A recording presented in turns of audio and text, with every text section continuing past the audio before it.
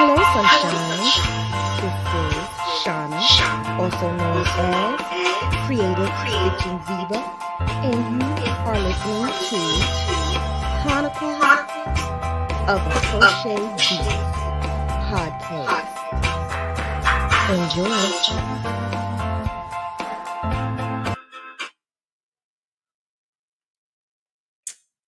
Hello, how art thou? I'm getting my lip gloss popping right now. How art thou? How is your Sunday? How was your weekend? Did y'all know today's Children's Day? I really didn't know. I really didn't care. But he told me, that one in there. My 12-year-old told me. Is he 12? I don't even know his name. Is he 12? What's his name? Best friend. He's 12, right? He just turned it, right? Yes. Jeez. Hey, Purdy. Thank you. How art thou? I'm Puffy. Awesome. I thought of doing something that can be very beneficial for everyone. So I thought of doing a podcast on time management. So I have like a little version and a huge version of time management, right? And then I had this awesome coach. Because every other Sunday, like early in the day, we have a coaching session. Because I need it. I need a coaching session. I need therapy because the brain sometimes doesn't function the way I need it to. So I decided to talk to her about some things that I was going through. And I mentioned my gals. I mentioned you and Tisha. And when I mentioned, because sometimes I can't even move on to the next level without explaining my day or how my week went. I can't move on. So I can't give you guys time management when I can't even manage me. That's kind of sort of like the tarot reader who is a really good tarot reader when that's the tarot reader who says, I can't do your reading because my space or my aura is not good. That's someone who you can trust because it's not about money. It's about their well-being and their space, their mindfulness. So I need you to get out now. So I decided to tell her about the things that were going on with you guys and the OCD and perfectionism. We're going to talk about that. And she just was like, is this about you or is this about them? I said, it's about me too, because I have that mouth and the mouth says, how the hell are you talking about perfectionism when you can't even do that? Like my mind and my mouth sometimes don't work together and it really doesn't help. It doesn't help the situation.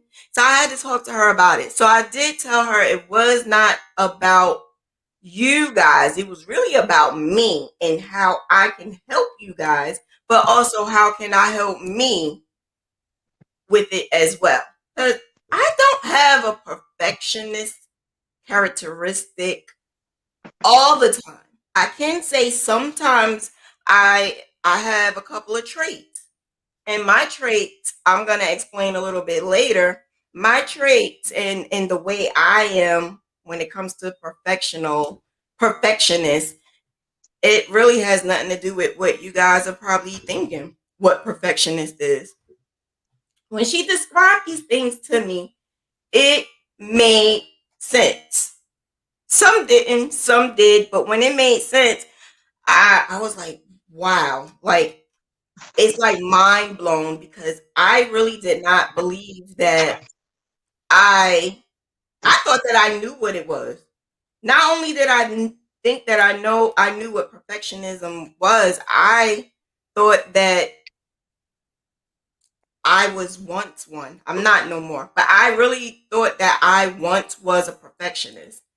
And according to what she was explaining to me and telling me in charts and studies, and she's like going down, I was like, oh my gosh, she's so good because she's a coach and a therapist. So I was like, this right here is the truth. This is going to be the perfect podcast lesson you guys ever had. Like, hands down, we gonna get to it right now. Mrs. Both of them, OCD perfectionists. Wait until we get to the nitty gritty. I'm gonna ask y'all that same question. Who thinks that they are a perfectionist? Raise them damn hands. Raise them damn hands. If you think you are a perfectionist, raise your hands, the emoji, put it in that chat. Let me see all of you guys who believe you are a perfectionist. Okay. So how many times can I raise my hand? Listen.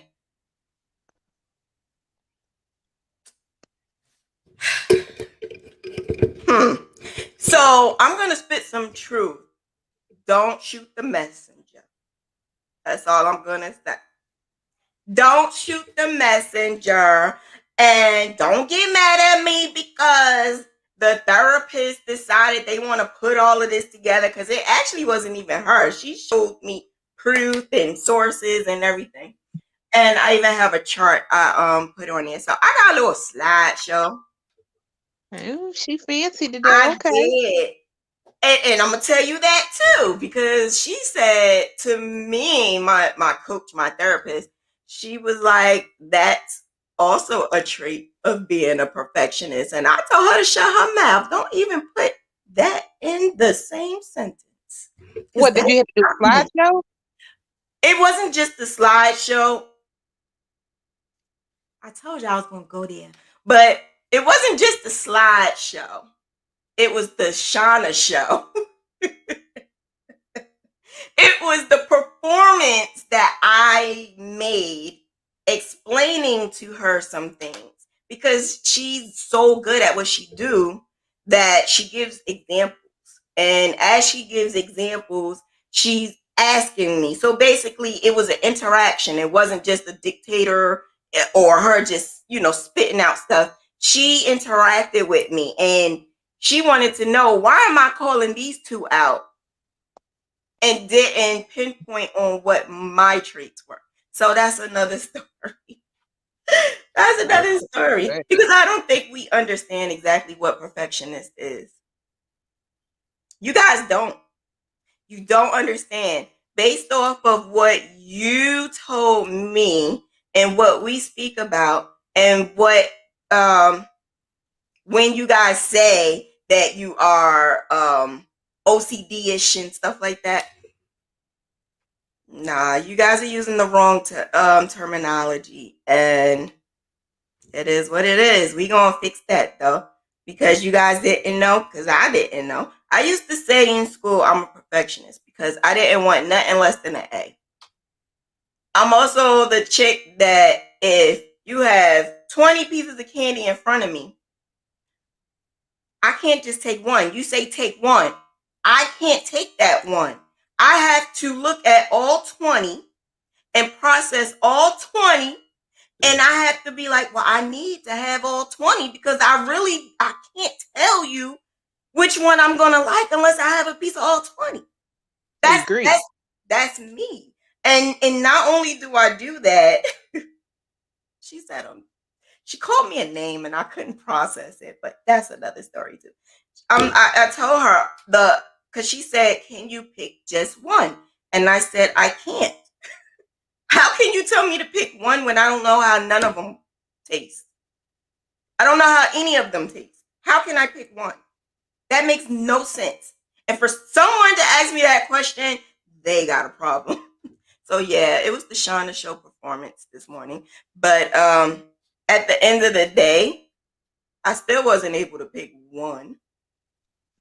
I was maybe able to pick 6 or 7, but I couldn't. And I was only through process of elimination because I didn't like chocolate like that. No chocolate candy. No, I don't want that. Or butter pecan, or it was just certain types of candy that process of elimination, I don't want it. But I need at least 7 or 8. And there we go. Then we could be fine. Um, but yeah, here we go. So let me pull out the slideshow and let's get this popping, because this is information that I was so like mind blown. I really thought I was gonna get 1, 2, 3 answer, and I got a whole lesson. So what else I wanted to speak to her about, I couldn't even process that information. I was like, let's just stick to this because we only had an hour. Okay, so um Can't see. oh Lord. It's okay. You just gonna be looking at my eyeball. That's fine. Oh Lord. Shabdisha. Oh damn, we both blind. Okay, I'm Well, dead. so I know I have to wear glasses. I just embraced it and I moved on. Okay, so perfectionism and the fiber community. It's a lot of it. It's a lot of it. Why, as fiber artists, do we judge our knitting or crocheting or whatever so harshly? We produce beautiful shawls, sweaters, socks, blankets, beds, whatever. We still find things to nitpick about it. Yep.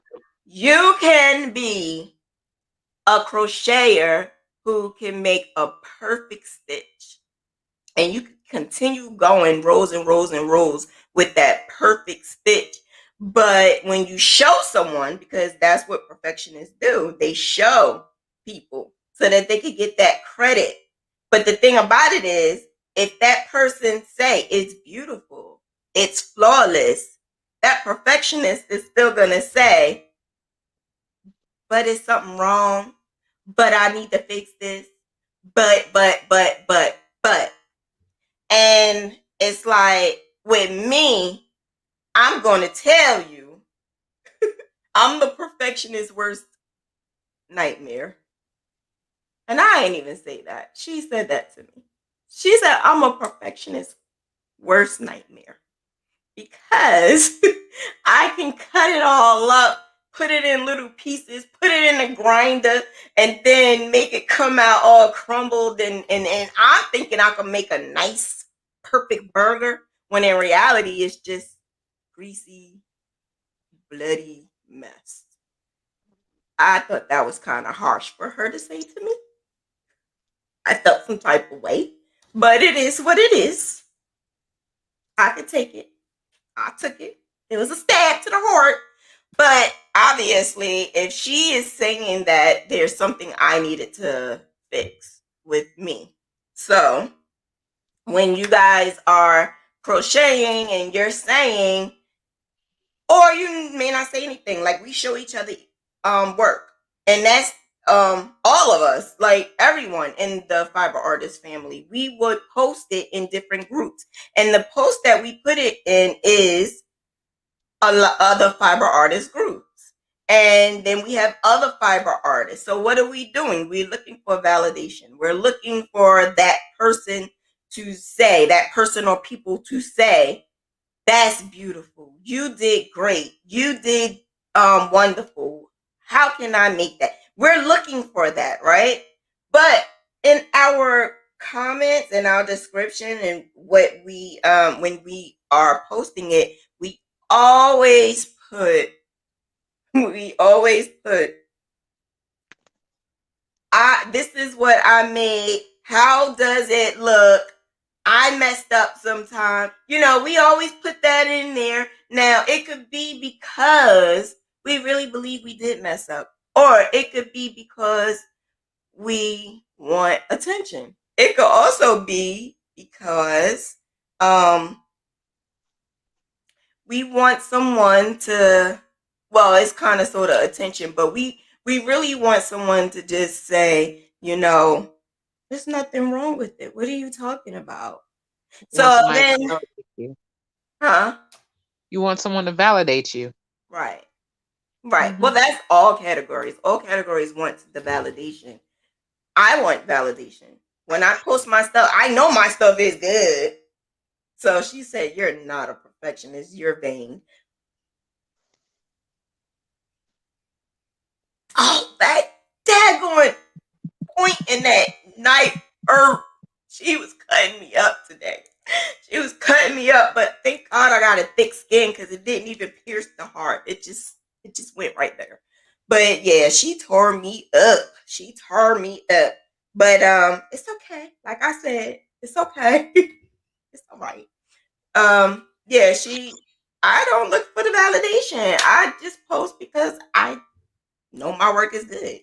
And when I do that, I don't mind the that's beautiful, that's nice. Why am I making it if I don't want to hear that? And I think all people should want to hear that. I think that we all want to have someone say, you look good, your work look good, and of course you're a diva.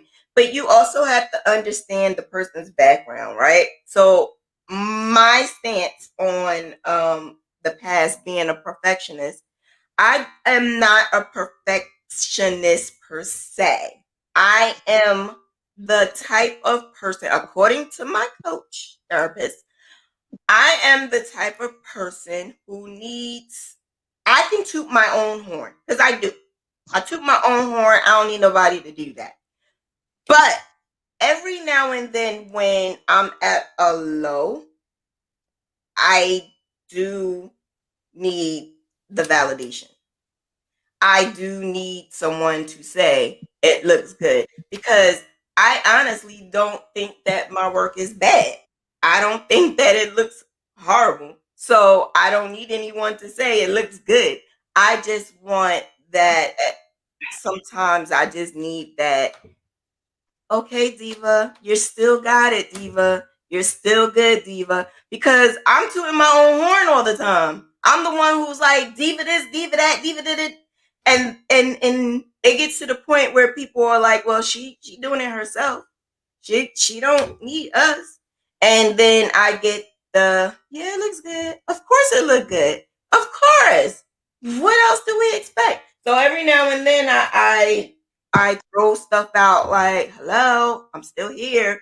And I honestly didn't look at it like that. But now that I'm looking at it and digesting it, I kind of sort of see. And it kind of makes me want to say, I don't want to post nothing ever again. That's the stubbornness in me. That's the Shauna that's like, well, if that's how she feels, then I'm not gonna do it ever again.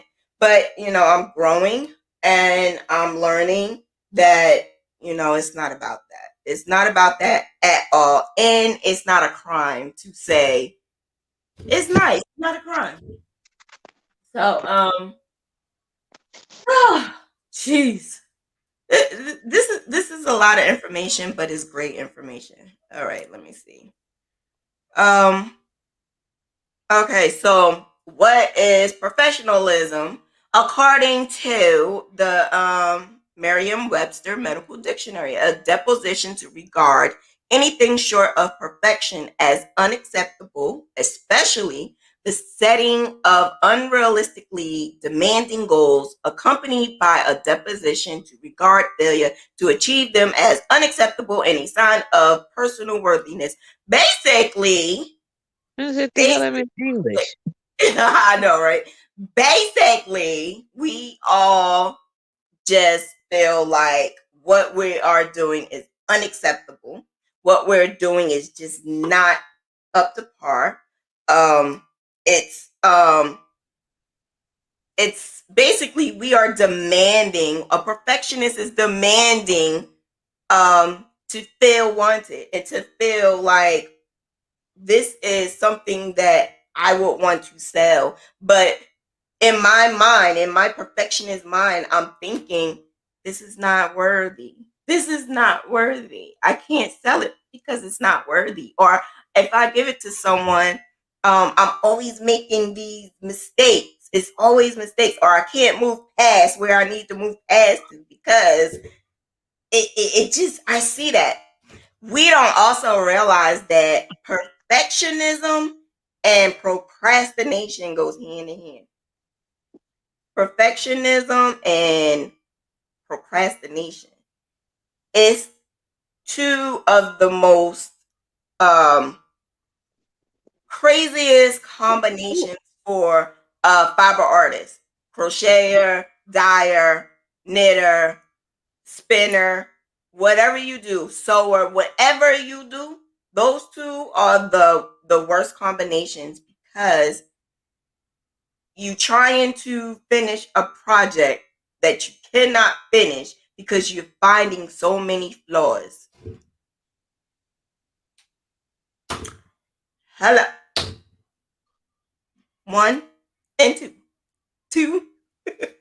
Those two get on my goddamn nerves when they are saying, I don't know what's going on. It's just not coming out right. Something is wrong. I frogged this.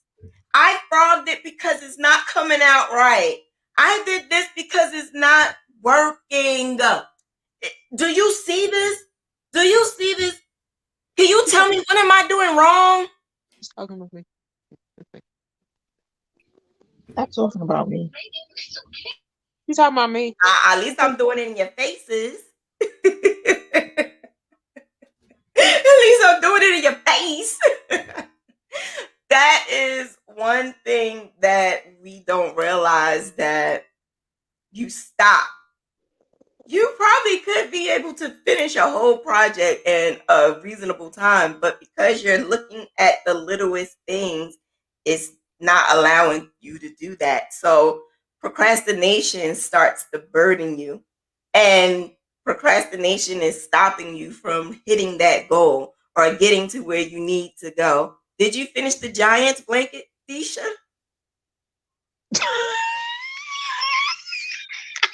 I guess I got the answer to that. But Wow, Deesh. I guess I got the answer. Well, No, I didn't. how do you think that I am able to complete all of my projects in a timely manner? Because I got to the point where I am going to make mistakes. I am not perfect.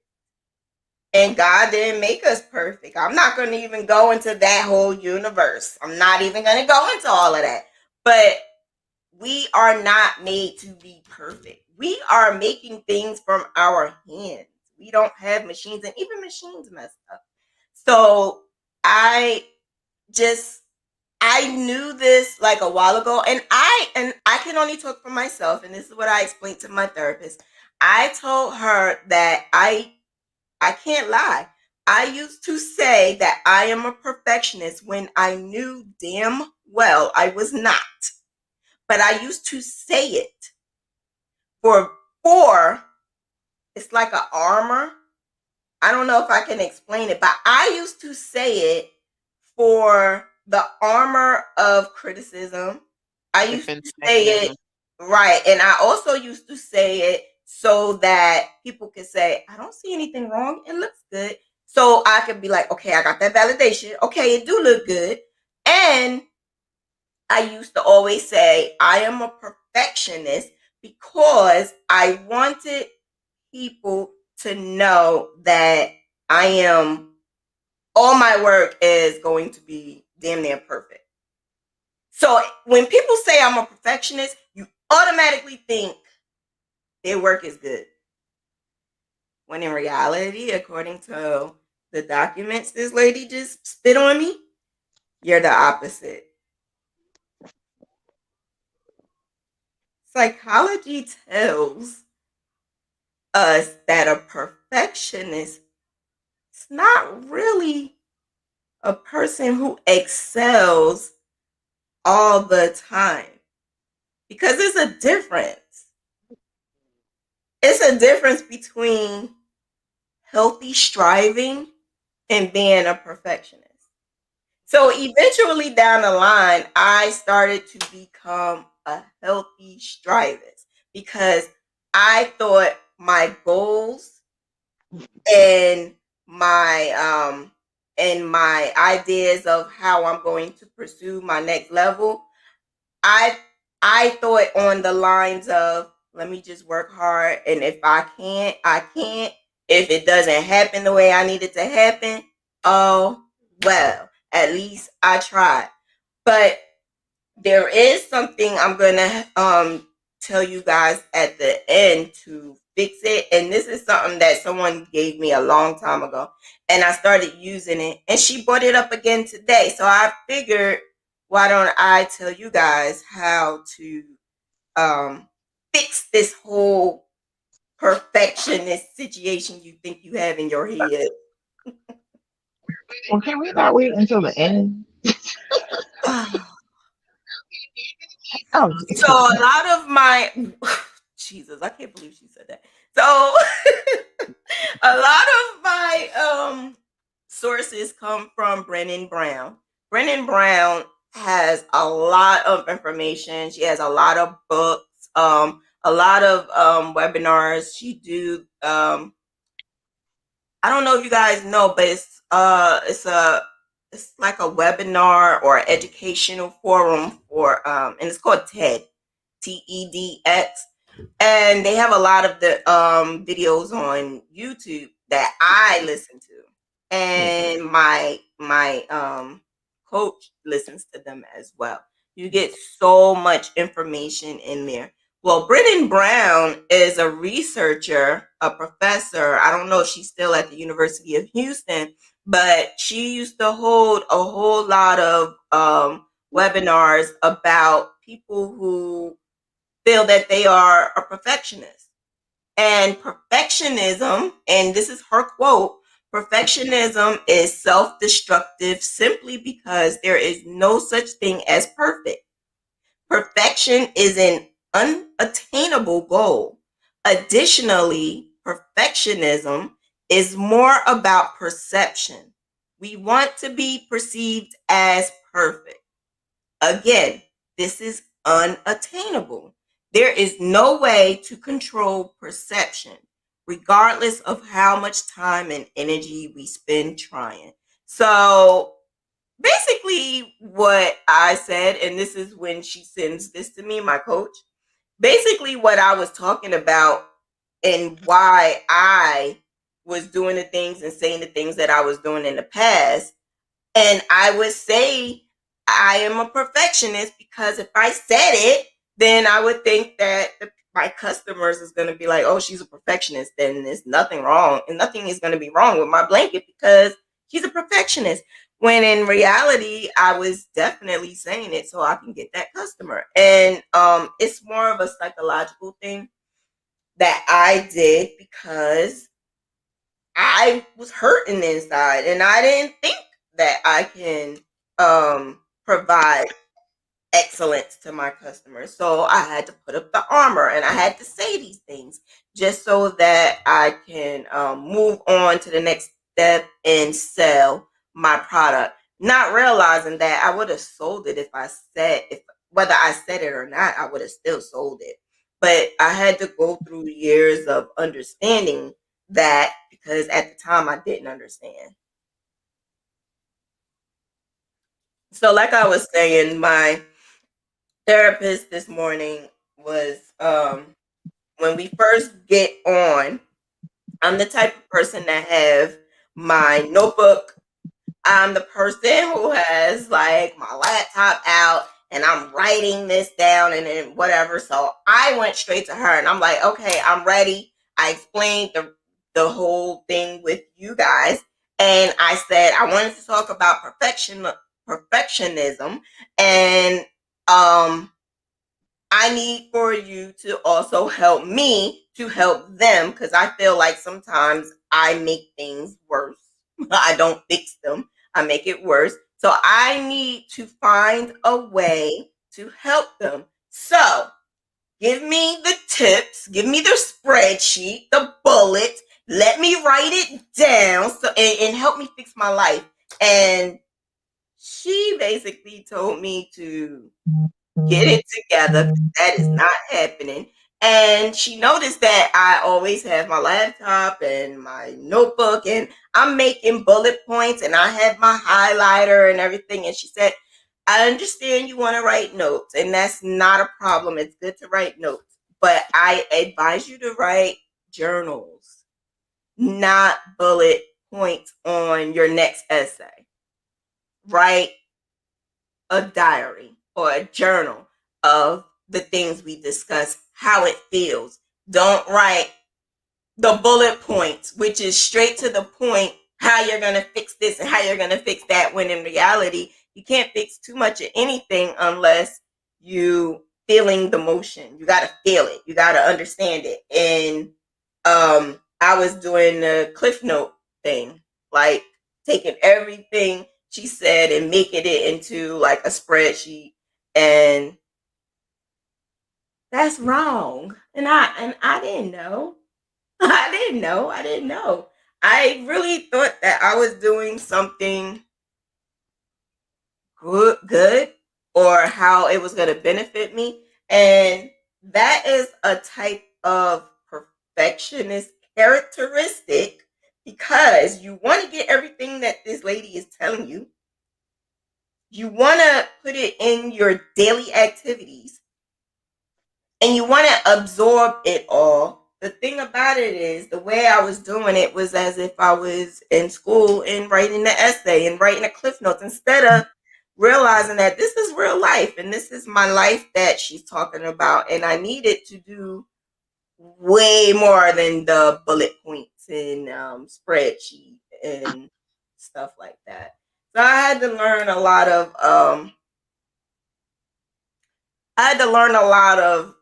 self discipline, control, um, who Shauna is, and why Shauna feels the need to do these things. And then of course I spoke about my two ladies, and I explained that their work is good. Their work is good. And there's areas where I feel like they can do way more.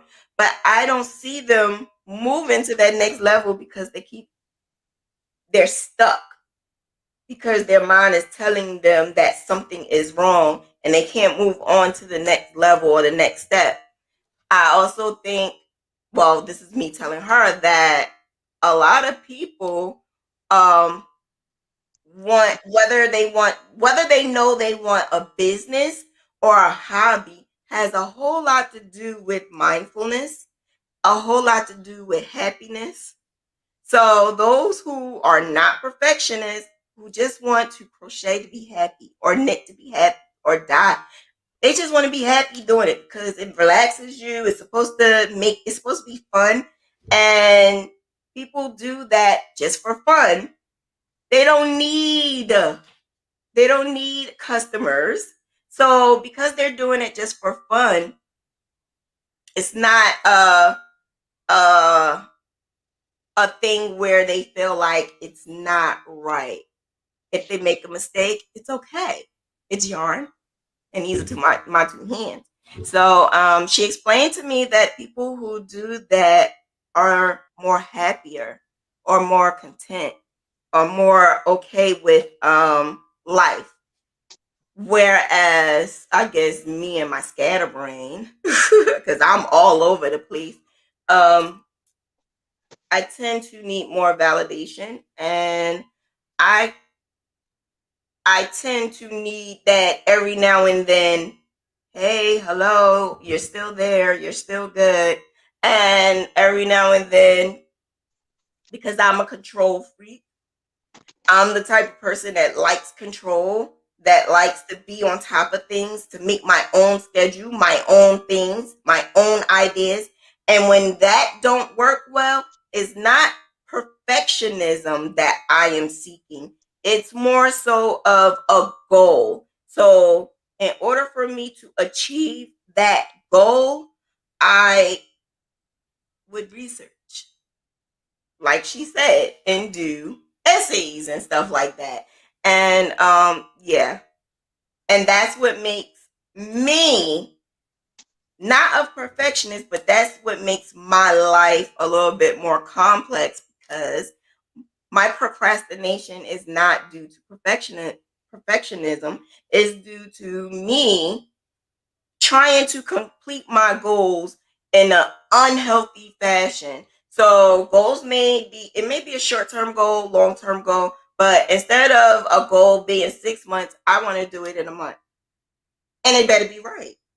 But it doesn't mean I'm a perfectionist. It just means I want to get to this goal because I want to get to that goal. That's that year goal, that long goal. But I have to do this goal first before I can get to that one. So we're going to do that now. We're going to do it now. We're not going to be tacky about it. We're not going to mess up. We're going to just do it, get it over with. If there's mistakes, it's okay. But as long as I get to that goal. So I am that. During high school and college, I was that C student. So I came from that A, making perfection, that whole perfectionist, and now and then I went to that C, and then it got to that point where it was like, if I make a D, hallelujah, because I'm still passing, but I'm going to get that license. Who the hell wants a nurse taking care of them who's just passing? So I had to get over that as well, and thank God I end up making straight A's, but it not straight A's, but A's and B's, maybe a C. But I loved what I did. Um, perfectionist characteristics. It's a all or nothing thinking. Perfectionists, like high achievers, tend to set high goals, work hard toward them, and highly critical, pushed by fear, unrealistic standards, focused on results, depressed by unmet goals, fear of failure, and defensiveness. Do that sound common? Do that sound like anybody? Any one of those?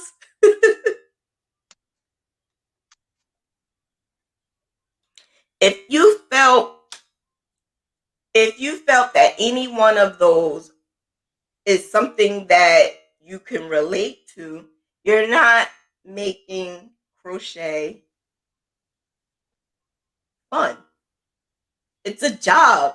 And you're not even getting paid for it. That's the whole crazy thing about it. It's a job to you, and it's an unhealthy job, and you don't have to do it because it's not going to put money in your pockets. But I'm gonna help you fix it. I'm gonna help you fix it. It's not that hard either. How you think is basically what I just spoke about. You don't allow yourself to make mistakes. You put up a front insisting everything is perfect. You avoid taking on challenges that may cause you to fail. You believe that your likability is linked to being perfect. You will not get any orders unless it is perfect. You struggle with getting things done on time, and sometimes is wrong with you if you cannot get something right. Something is wrong with you if you can't get things right.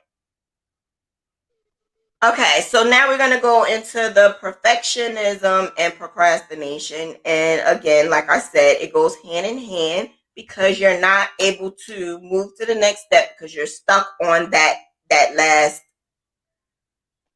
mistake that you think you made. So the perfectionism versus procrastination. Perfectionists are often hypervigilant for signs that their performance is not up to scratch. Perfectionists can fall into the trap of unhelpful thinking and misguided attributions and rationalizations following the outcomes. Come on now, y'all gonna stop this. Y'all gonna stop this. These words are just too tongue tying for me. I have a problem with my tongue. Procrastination, avoiding making a decision, giving up too soon, and delaying starting tasks. Yeah, perfectionism and procrastination is just two things that will not allow you to move forward in your projects. And we need to get it together. We need to get it together. Oh, what's this? The next one. Okay, so now we could go into the tips. To break the perfectionism procrastination loop, count the cost of procrastination, set realistic and achievable goals, shift your mindset, shift your goalposts, show yourself compassion, reach out and talk to a psychologist who works in with the professionalism procrastination space. And a word of caution, the perfectionism and procrastination loop often reflects an entrenched pattern of thinking and behaving, accompanied by strong emotions. Progress will take time and there will be setbacks along the way. So it's best to adopt the approach of chipping away at it gradually. So, okay, I'm going to explain it in the way she explained it to me. Basically, when I called myself the perfectionist, this probably would not work for me because I was doing it for selfish reasons. I was saying that I was a perfectionist only because I was looking for validation. But for someone who have OCD, may not really have OCD. You may think you have it, but you really don't have OCD when it comes to crocheting or knitting. You may just need to start adapting a different way of thinking. So, for instance, when you are crocheting or knitting or whatever, and when you believe that you made a mistake, you got to think about whether or not that mistake is going to cause the whole entire blanket to shift or whatever you're doing to shift. Is it going to cause the project to look bad? Is it, you got to ask yourself these things, because if it's not, keep moving. And then we look at that as a lesson. Mistakes equal lessons learned. So you won't do that again next time. But if we keep dwelling on that one, you do not find the problem, you cannot solve that problem, then what you're going to do is frog it and go through it again because you didn't learn your lesson. So you're going to frog and wasted time, and you're going to be right there at the same exact part where you had the problem, and it's going to keep happening. So I can say for you guys, you came to me and you would say, something is going on. I can't understand why this is happening. And if I help you, your mind is still telling you it's wrong. I'm going to just rip it out. No matter what I said, forget what I said. Forget the person who was doing this for just about damn near 12, 10 years. Forget about that person. You're not even going to listen to that person. You're going to frog it and do it all over again. So when we do problem solving, sometimes problem solving is just exactly what it is, solving that problem. But a perfectionist is not going to solve that problem because in their mind, it's not. The problem is the fact that it's not perfect. But you're never going to be able to solve a problem because there's no such thing as being perfect. There's no such thing. No one is ever perfect. It's not, especially a handmade garment, it's not going to be perfect. So you're going to have the same problems all the time.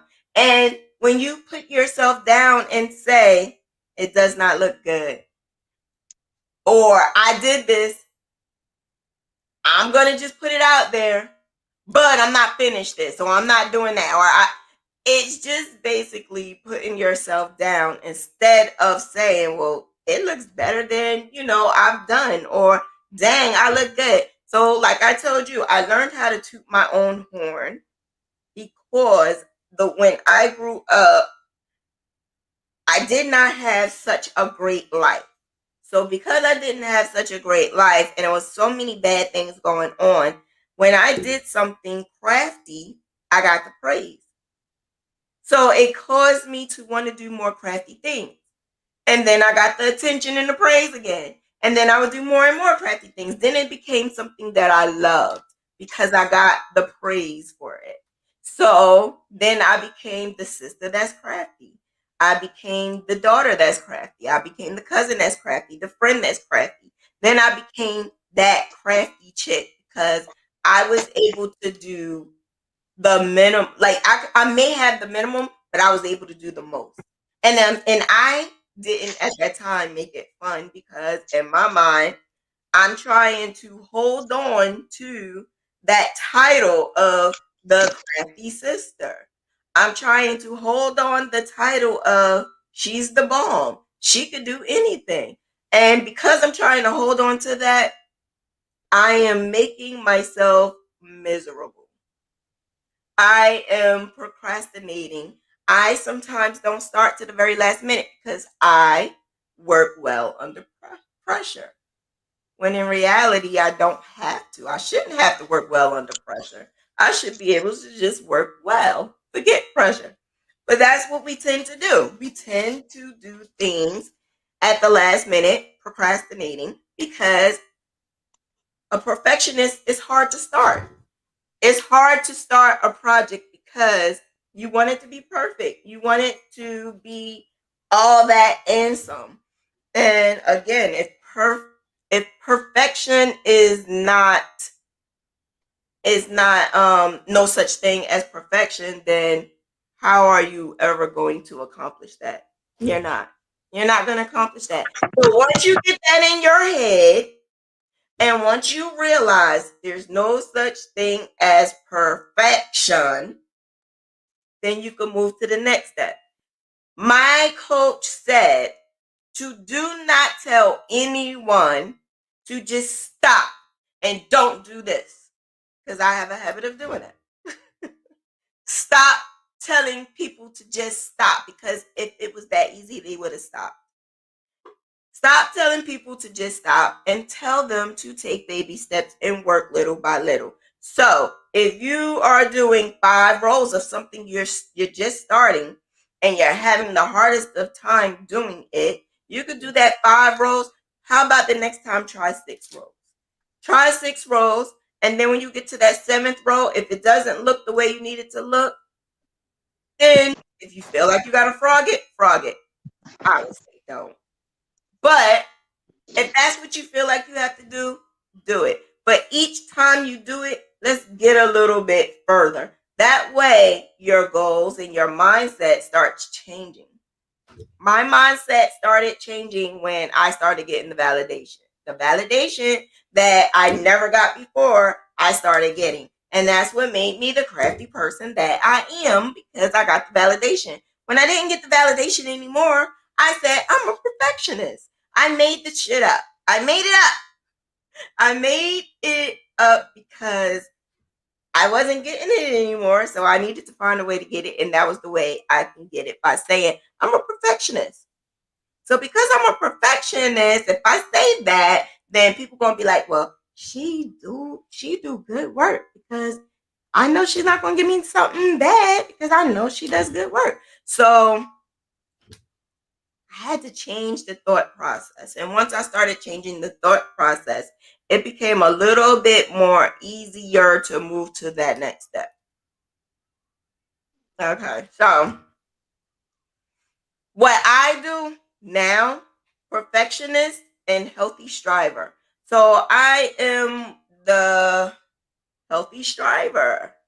I tend to do things by goals, and I would write down my goals because I love journaling. Write down my goals, and then when I complete my goal, I would check it. And then I would give myself a little praise. It may be corny. I might be like, yeah, go Diva. Or I might be able to give myself a little reward, buy some yarn or something like that. So that the next time it could be a little bit bigger. Once I complete that goal, I will go to that next goal. And so that's healthy striving. The perfectionist is not necessarily doing that. You are a perfectionist is setting standards beyond reach and reason, never being satisfied by anything less than perfection, becoming depressed when faced with failure or disappointment, being preoccupied with fears of failure and disapproval, seeing mistakes as evidence of unworthiness, becoming overly defensive when criticized. Um, so those two that fall you guys fall in that category because we had conversations where you guys said at least one or two or three of those. One of you all of them, but that's another story. I'm really talking about the one down there, but that's another story. um Constructive criticism. A perfectionist God dang. doesn't really take constructive criticism. But how I wanted to know, how can you be a perfectionist and not take constructive criticism? But according to my therapist, she said it makes perfect sense because a perfectionist always is basically doing it so that they don't be criticized. They don't want to be criticized. So that's why. So I also find that it's so many different categories of perfectionists. I think that I do find characteristics in both Disha and Shay. I find both of them some of those characteristics. But to actually say that they are perfectionists, I honestly don't think so. I don't think that they are perfectionists. I think that they are doing unhealthy striving. Unhealthy striving because they can do it. I saw that they could do it. I saw that they crochet very well. They listen very well. But their mind is telling them otherwise. Their mind is saying, oh, I'm OCD. Oh, I'm this. Oh, I'm that. And then it gets split. Because then Disha is another way, and then Shay is another way. So Shay don't like constructive criticism. Eh, Shay, ooh, don't start. eh. Did we not have this conversation? Guilty as charged. You now, Disha, you don't have any problem. You may have a problem, but you don't show it. If I was to give you constructive criticism, you take it way better than Shay. Did we not have this conversation? Oh, about the whole thing. I'm sensitive. Yeah, so it kind Oh. of, so according to my therapist, it kind of goes hand in hand, and it's fine, um, because the characteristics can go hand in hand. Perfectionist, you are looking. So perfectionist kind of sort of goes more for Shay than Disha because Shay is using those characteristics for armor.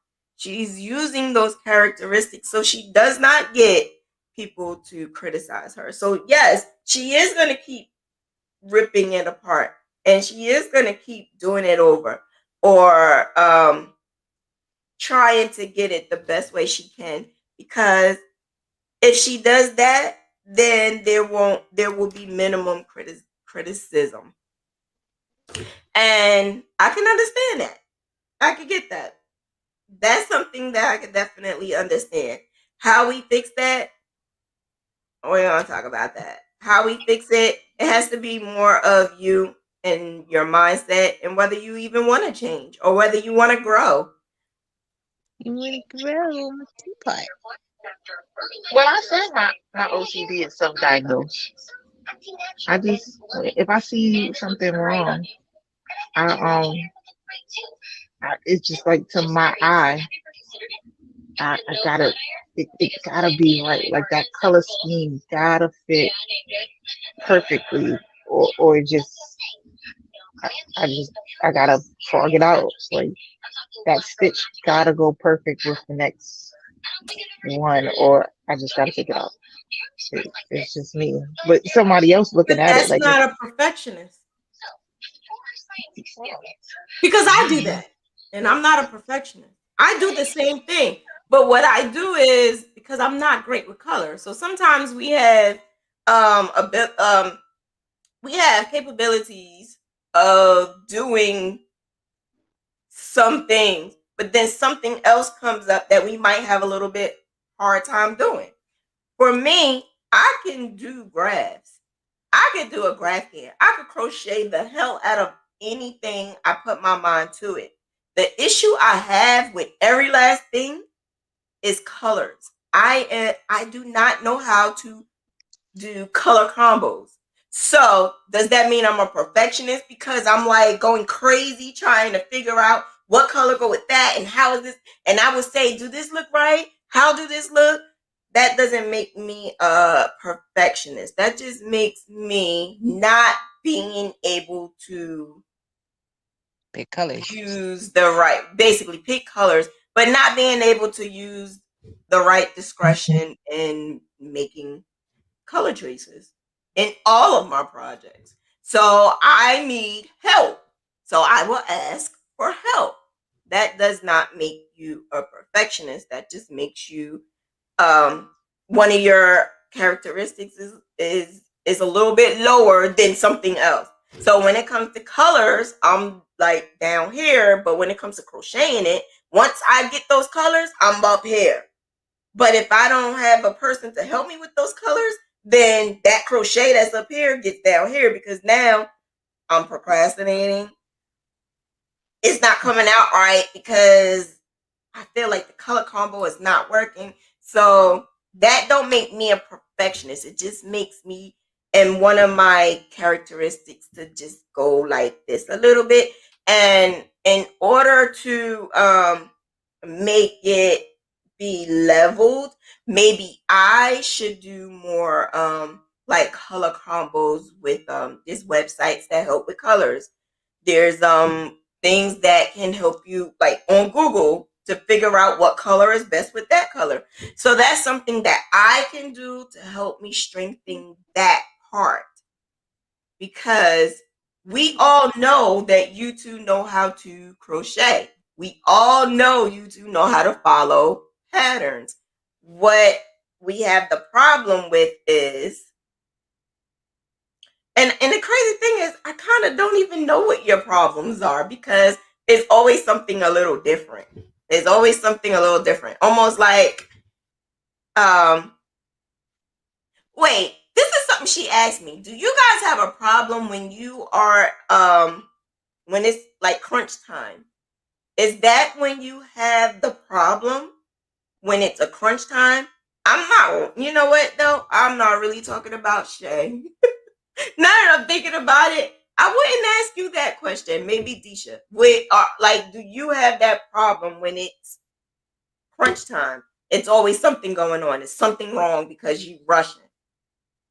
Yeah, that's basically what she told me because that's how I am with my goals. If I say I want my goal to end in July, we got what, 2 more weeks in July. So here I am rushing so that when July comes, I can finish that goal.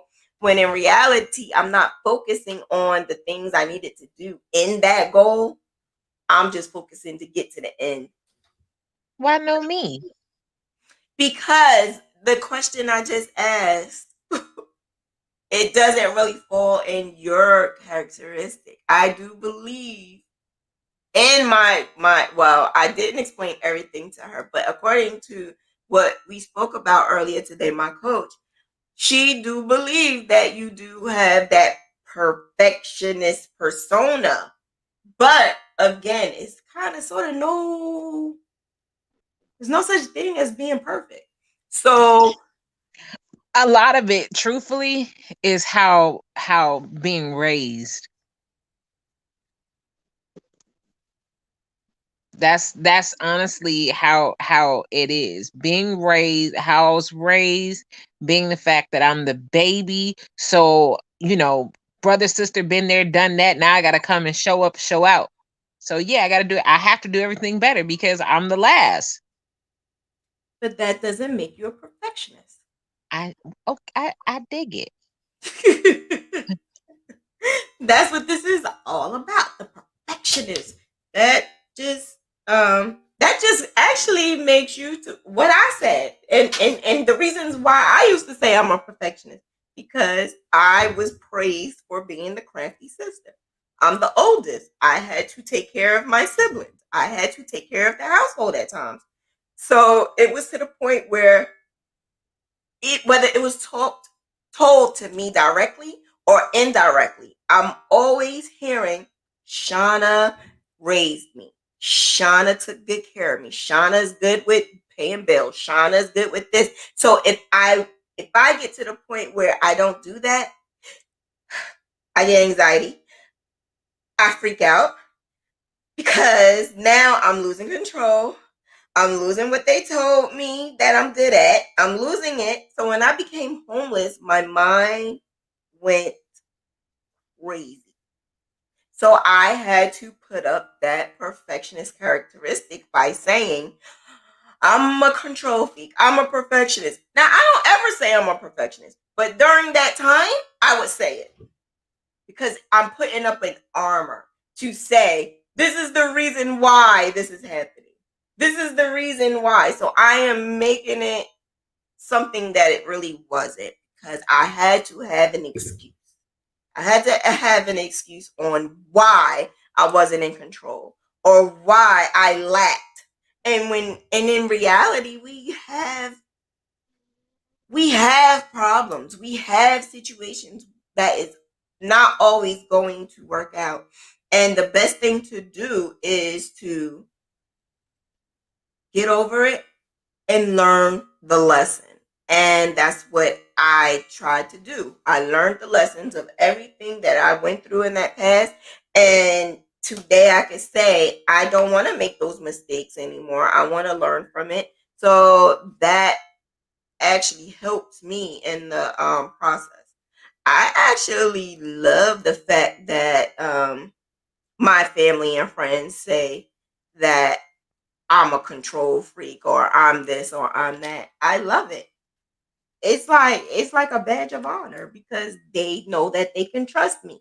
They know I'm gonna handle things. They know when I say I'm gonna do it, and it's not gonna be tacky. And I'm gonna be creative with it. I love the fact that people can depend on me to perform top notch. And I did not have to say I'm a perfectionist because I used to, but I don't have to anymore. So we just need to just have fun and steps to stop the cycle. Make your craft fun. It is what it is. You make a mistake, move the hell on and keep it moving. So when we were talking about that nursing thing, when we was talking about that, and it was a point where I forgot. I think one of you stopped and couldn't keep going on.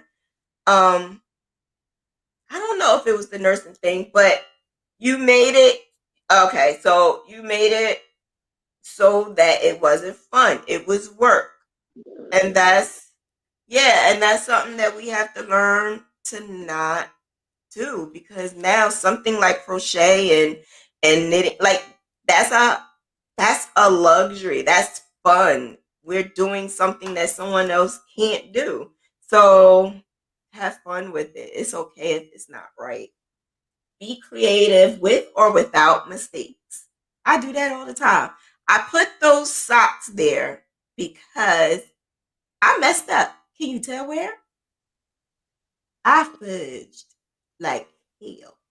Can you tell? The person who I gave that to loved the ish out of it. She loves it. It was like the best thing smoking. So who am I to say I messed up? Oh, I can see it, and I don't want to give it to you. I'm gonna do it all over. So now I messed up like hours of work, and now I gotta do it all over. Yeah, I'm not doing that, and I'm still charging that regular price. You know why? Because it's handmade and it still looks good. So I moved on. Remember why you started. Why did you learn how to crochet? Why did you learn how to dye yarn? Why did you learn how to knit? Why? And we did it to learn a new different craft and to be very crafty. But if you make it into a job, that's not going to help.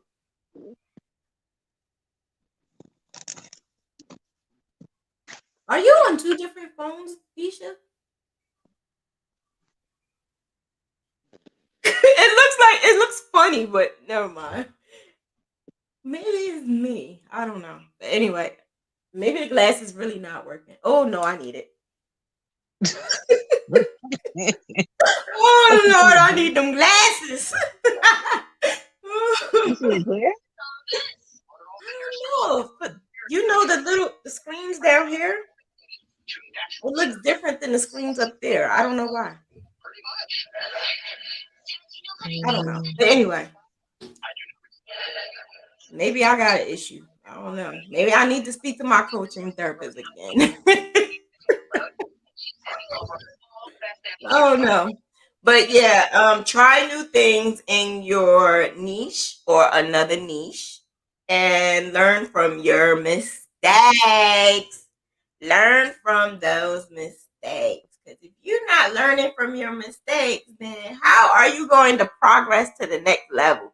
You can't progress to the next level if you don't know that armor that I'm talking about. So that picture, I talk about this picture all the time. It's the ugliest piece of crap I made. But do you know how many people ask me, can you make me that? How much do that cost? I'm like, I'm not selling you that. Are you crazy? This is ugly. I will never, ever, ever give anybody this. Now in the head, I kind of cut it off because I ain't want nobody to see it. It's the same exact symbols, but the symbols are in the hat. My edging is horrific. But you want to know something? I took the picture. I asked my mentor, what do you think I can do to make this better? So I thought it was one or two things. Apparently, she gave me like 10 or 20. So yeah, that was another thing I had to learn to just get over it and do what I need to do and make it happen. And she told me the lessons that I learned in this, and when I started making hats and scarves from this point on, flawless. My edging, always do that same color edging first, and then you put your border edging. Why? Because look at them stitches. It looks discombobulated all over the place. If you do an edging with just that same color, when you put that contrast color, it will look more uniformed and perfect. Back then, I didn't do a lot of graphing. I may not have graphed at this time. No, I don't think I graphed. So I found the next best thing, and that was graph paper. Or I went on Pinterest and found parlor bead graphs. And that's what I believe a lot of people do. The thing about it is, parlor bead graphs and sometimes our little doodling on the graph paper can cause your work to have unconnected lines. And I learned that unconnected lines cause your work to look like they're little like dashes and stuff. So basically that instead of it looking like a perfect E or a perfect that's delta, a perfect delta or whatever. In order for it to be almost damn near perfect, not perfect, but damn near perfect, I needed my graph to be better. And that's what made me learn how to graph. And that's what made me crochet to graph and graph to crochet. So I would crochet certain things, like maybe a triangle. I would crochet that triangle and then I would graph it, which is weird, but I did it to see what was I doing wrong. Why are those stitches looking like that? And I have so many people who keep saying, "Do you have that graph?" Why would you want that graph? And I can't get mad because they don't know any better, because obviously I didn't. It's all about growth. Some people don't want to grow. You can't make them. You can't make them grow. Some people just don't feel like they need to grow. I had one lady, so I do classes all the time, and I did a. Y'all didn't hear that, right? I did a graph in I did a graph in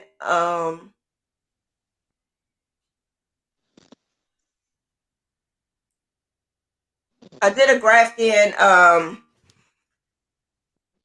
that was very you okay? Yeah. Hold on a second.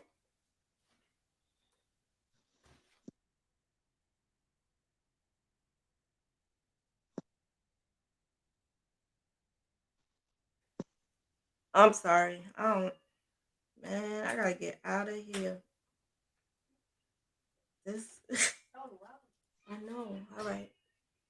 Um I don't know what I was saying because that right there just threw me. You gotta shout. Yeah. I don't know. I don't forgot what I was saying. That's the cop.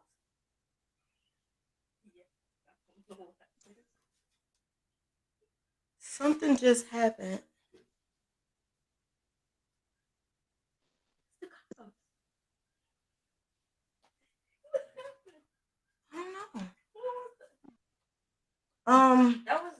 That was in my window because it was loud in my window.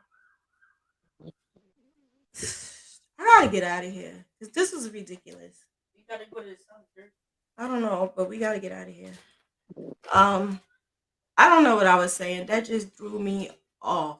Like we was just talking about that, right, y'all? Like we was just talking about. Do you know the difference between fireworks and shots, right?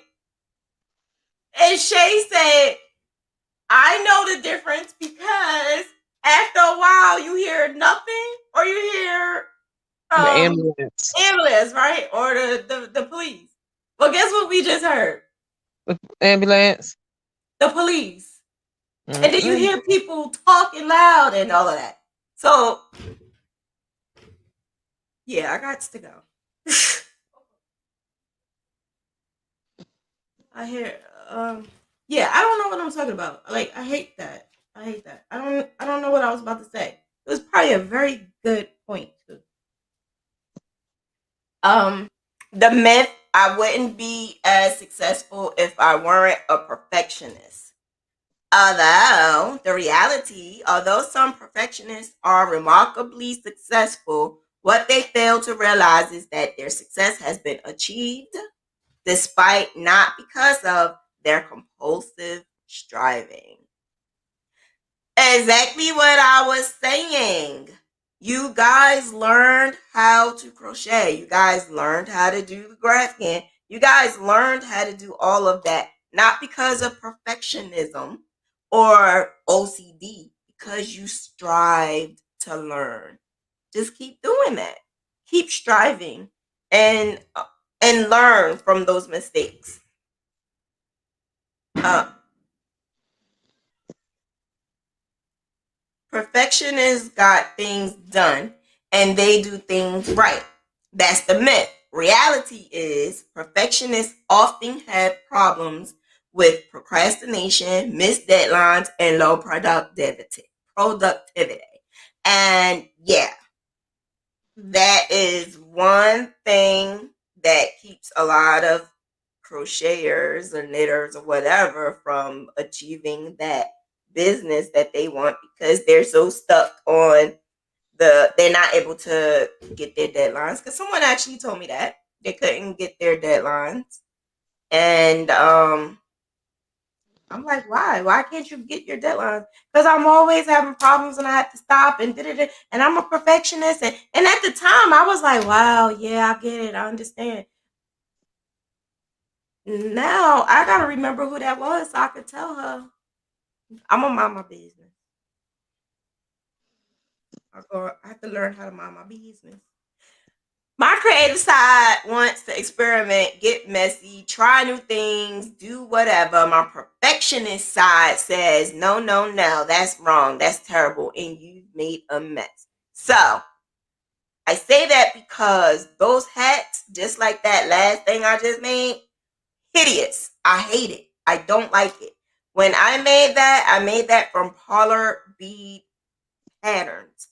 Polar Bead Patterns are the little it's just like a graph, but it's for parlor beads, the little tiny beads that you put together and you make a design. The thing about it is parlor beads and crochet or knit or whatever is two totally different things. So when you are doing a graft for cross stitch or something like that, that is not going to turn out the way crochet, if you did that same exact graph in crochet, it's not going to turn out right. So that's exactly what happened. You are missing vital details. As you can see, my hand is itching. Sorry. As you can see, there's like lines. So when you have those holes, at the time, I'm like, this is the bomb. This is, oh, look what I did, y'all. I posted on Facebook and whatever. And I did have that's nice. That's beautiful. How much that costs? And can you make that? Do you have that graph? Now I don't like showing it. I use it as a lessons, but I don't show it unless I'm doing it in a lesson format. And I hate it, to be honest with you. I get embarrassed when I show it because even though it's progression and you see my work now, I feel like back then I should have known better. When you look at it, you can tell something is wrong. But then I was hard on myself, and then I also realized that there's so many other people like that. They Because you're learning something new. Now I remember what I was gonna say. When I do my classes, um, and I explain, you want to be a part of this class, blah blah blah. She actually said, "I don't need that class. I'm good at what I do." And the diva in me go look at what she do, and the diva in me is like, she has a whole lot of graph pins all over the place. She does do a whole lot of graph pins. She need a whole lot of help. Where she got her graphs from, I have no idea. It didn't come from me. But the fact that she felt she didn't need any help, it kind of like bothered me. Not because I saw that she needed extra help, but because the fact that I even say I need help. If I was to take a class, I even took a GraphGAN class like 4 or 5 years ago. I took that GraphGAN class and I already know how to do a GraphGAN. But I did it because other people do it differently and they may be able to show me something that I didn't know. What's the problem in learning that? What's the problem in learning something different? Now, if they show me every single thing that I already do, that's a different story. I didn't really learn too much of anything, but 9 times out of 10, you're going to learn something. So the fact that she was basically saying, oh, but the fact that she had to say it, period, kind of pissed me off. But the fact that she had to say, I'm good, I don't need to learn, it just showed me that she needed a lot of learning. She needed a lot of help. And I couldn't provide that for her because she wasn't going to allow it. So, was that perfectionism? I don't know. I just know learn as much as possible. Even doctors have to keep going back and getting updates and lessons and stuff like that. They have to keep learning and learning and learning. And I do it all the time. I love research. I love looking up information. I love talking about information that I learned. And I think everyone should do that because your craft can be different. Your craft could be like a little spice to it. Like I'm teaching myself how to do different types of graphicans in different types of ways, other niches, other stitches. I am doing that and I'm learning. But the fact that she just didn't want to learn it bothered me. But why is it bothering me? I don't understand. It just bothered me so bad. So another way that you can learn, and this is like one of the last things she showed me was the chart of the law of diminishing returns. What the hell is the diminishing returns? So it's something called they say 80%, but I like 75%. Why? I don't know, but I like 75%. I can't say 70%. I don't know why. But I told her 75% looks better for me than 80 or 90. What am I saying? I am saying that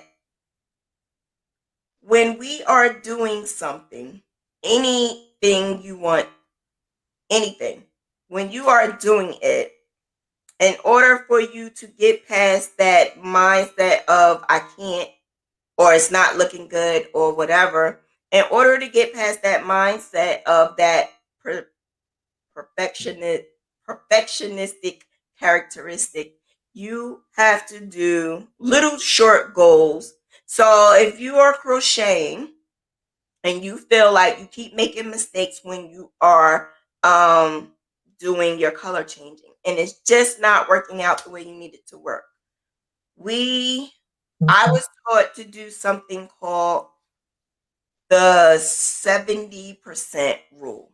The 70% rule is basically 70% out of the 100. As long as it's 70%, you are okay. Now, you can keep moving it up. So the next time I might do 75%. The next time I might do 80%. How can you measure that? Like I was mentioning before, if you have a problem with crocheting and changing colors, what you can do is crochet your do your rows, change colors for like 2 or 3 rows and stop. Then do it again, pick it back up again, do about 5 or 6 rows, stop, then do it again. So basically you're working your way up to the 75%, then you're working your way up to 80%. The thing about it is there's going to be a point in time where you just need to stop. There's going to be a point in time where you have to realize there's no such thing as 100% perfection. There's no such thing. But a perfectionist in their mind, if they feel like I cannot move on unless this looks perfect, you are selling yourself short, period. Because it's not ever going to look perfect. But what you can do is get it to look as best as possible and let it go. Because when you do it again, you could go a little bit further. Do it again, it gets up a little further. And so each time that you're doing it, you're setting your goal to it's starting to look a little better. If you can't do it one way, try it a different way. If you can't do it that way, let's try something else. When you do it in different ways, how was I able to even come up with pop, lock, and drop? I had to keep doing different things. I did not realize there was a difference between single crochet and extended single crochet. So when I first started crocheting, I was crocheting extended single crochet, not realizing I was doing it. So when I started to do graph ends, I knew the difference between single crochet and extended single crochet because of something I was looking up. I then realized, since I've been doing this extended version, why not incorporate that in my color changing? Because I realized when I color change, I see it. I can see that color as I'm changing. And I don't like that. I want to see the new color, not the old color or pieces of that old color. So when I did the extended version, I noticed that I don't see that old color at all. So I kept doing it and kept doing it. And more I kept doing it, the more and more it started looking better. Practice to perfection. That was another reason why I adopted the model of practice to perfection, which is P2P. And I talk about P2P a lot because in order for you to move past the mistakes, you have to make the mistake. You have to learn from the mistake. And then you can move on. You can't move on if you don't learn from that mistake. So the young I believe she was older than I am. The fact that it doesn't matter if you're 50, 60, 70, 80, or 90, if you want to crochet, knit, or whatever, and you feel like you do not need any other lessons, tutorials, or whatsoever, then that's a person that I tend to stay away from, because you're not going to dampen me and my soul. I know me and I know my mouth. So the best thing I need to do is step far away. So I've never, ever, ever spoke again to this lady after I noticed that she doesn't want to progress or learn. She felt like she didn't need to. And I saw that she needed to. I'm learning to shut up. So I had to like remove myself from, so that I wouldn't tell her how I felt about that. Um, you know how they tell you that if you don't have nothing nice to say, don't say it at all.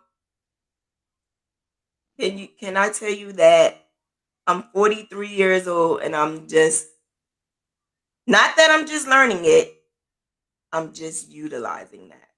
Because I've heard it before. I was told that before. I thought I was doing it before, but I really wasn't. So now that I'm 43 years old, I realize that my words are not always constructive criticism. My words are just criticism. And I didn't see that. I didn't know that. So I had to learn how to change that. I looked at it as not perfectionism. I looked at it as I'm growing and they're not. And if they don't want to listen to me, then oh well, I'm diva. And I had that diva complex because I never was that before. I never, ever, ever put Shauna and diva in the same exact sentence. So that's what made me build. And I honestly just started building this armor, the armor of telling people that your stuff can be better. Your stuff needs to be like this and your stuff needs to be like that. When in reality, I need to just mind my business and let them do what they want to do. If they feel like they are good where they're at, then I need to accept that and move on. And that's something I had to learn. It was so hard because I felt like I had to tell people that. I felt like I had to say it. So I think this podcast does way more for me than it does for maybe you guys. This podcast helps me grow. This podcast helps me to be who I am today, because like I said, I'm 43 years old and I've learned so much. I just wanted to thank you guys for that, because I would not be in the place where I am now if I didn't learn these things from the experience. So I have to say thank you. Thank you for allowing me to grow. Thank you for accepting me for who I am and allowing me to be Diva, someone who I've never, ever, ever thought I would be. Never, ever. It never was in the same exact sentence. I used to have a mom who said I was plain Jane. I used to have a mom, or I don't know how to dress. I don't know how to do this. I don't know how to do that. My hair is always messy. I never wear makeup. So when you keep hearing that all the time, you have to build the armor. And that's what I did. I built that armor. It took me 43, I'm going to say 42, 43 years to learn that that armor is not just hurting others, it's hurting me. It's hurting me. So I had to learn to, cut it out. So yeah, I did have the perfectionist characteristics, but I only used it for armor, to shield myself from others.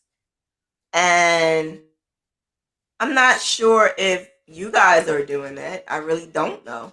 But what I can say is perfectionist is not really no such word. So we don't have to say that anymore.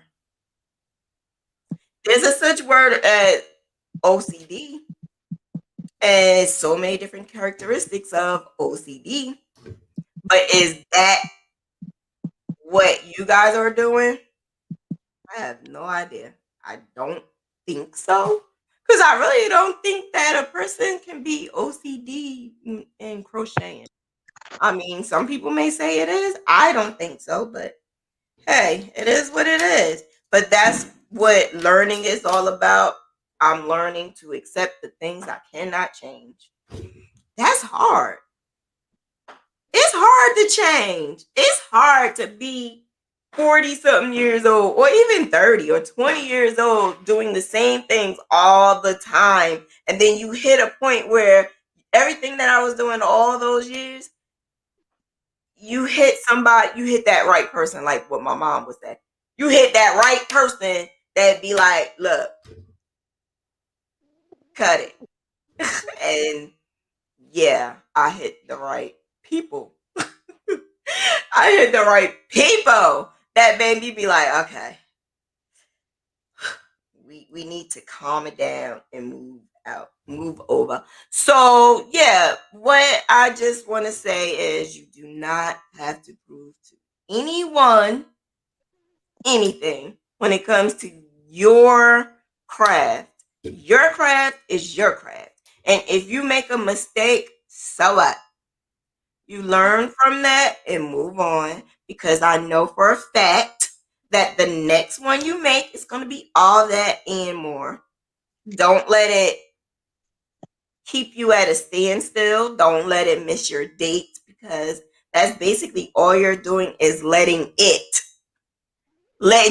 rule your world. You're letting that word control you, and you don't have to. You don't have to let that word control your life. We don't need to say it. We don't need to even think it, because it's okay to make mistakes, and it's okay to move on and learn. I still sometimes don't even see your mistakes. I still sometimes don't even know what the hell y'all be talking about. I still sometimes are trying to figure out what the hell is she looking at, because I don't see it. Or if I do see it and I would tell you how to move it, it's funny because just last week we were talking about that crochet project we were doing. And just last week we were talking about moving on from that stitch that she missed.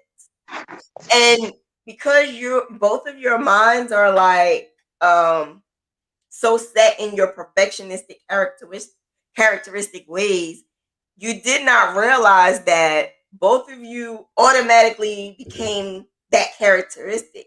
You became that characteristic because Shay, because you was saying that that one stitch that you missed is gonna mess it all up. You gotta frog it and you gotta start all over. And at first she was saying, I'm gonna do it. Then you're like, no. So you was hesitating.